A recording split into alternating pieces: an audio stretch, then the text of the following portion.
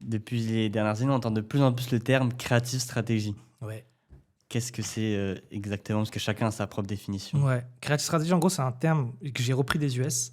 Ok. J'en parlais il y a genre 3 ans sur LinkedIn et tout. À l'époque, ce qui est marrant, c'est que quand je tapais creative strategy sur LinkedIn, il n'y avait personne. Maintenant, il y en a plein. Et du coup, le problème, c'est que c'est un peu un terme que tout le monde définit comme il veut. Moi, je donne ma définition à moi. La creative stratégie, la stratégie, c'est un grand mot pour dire qu'est-ce qu'on fait, comment on le fait, etc. C'est ton plan d'attaque, c'est ton contexte, c'est tout. Du coup, moi, j'aime bien dire que la stratégie, c'est qu'est-ce que je dis dans mes créas, comment je le dis. J'essaie des trucs courts, des trucs longs, des trucs chiants, des trucs journalistes. Qu'est-ce que je dis, comment je dis, à quelle fréquence, c'est-à-dire combien de créas je veux lancer, pour quel budget. Et c'est un peu tout ça. C'est qu'est-ce que tu fais. Et en fait, le but, c'est de faire des créas qui s'imbriquent dans une stratégie.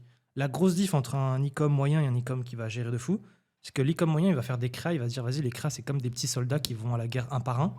Alors que moi, je t'envoie une armée ensemble, tu vois. Elle est bien cette métaphore, j'avais pas pensé. Et donc, en fait, nos créas, elles bossent ensemble.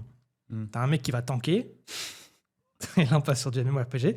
T'as un mec qui va tanker, t'as un mec qui va DPS, tu vois. Mm. T'as la ref, t'as capté. Ouais, en mode retargeting. Voilà. Le mec qui ça. prend tout le trafic, l'autre, il te fait les conversions. Après, Mm. t'as un mec qui supporte, ou quoi, bref.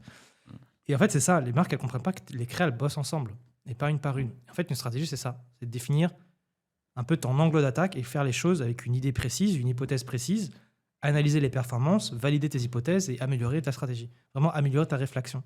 Pas faire les choses dans le vent.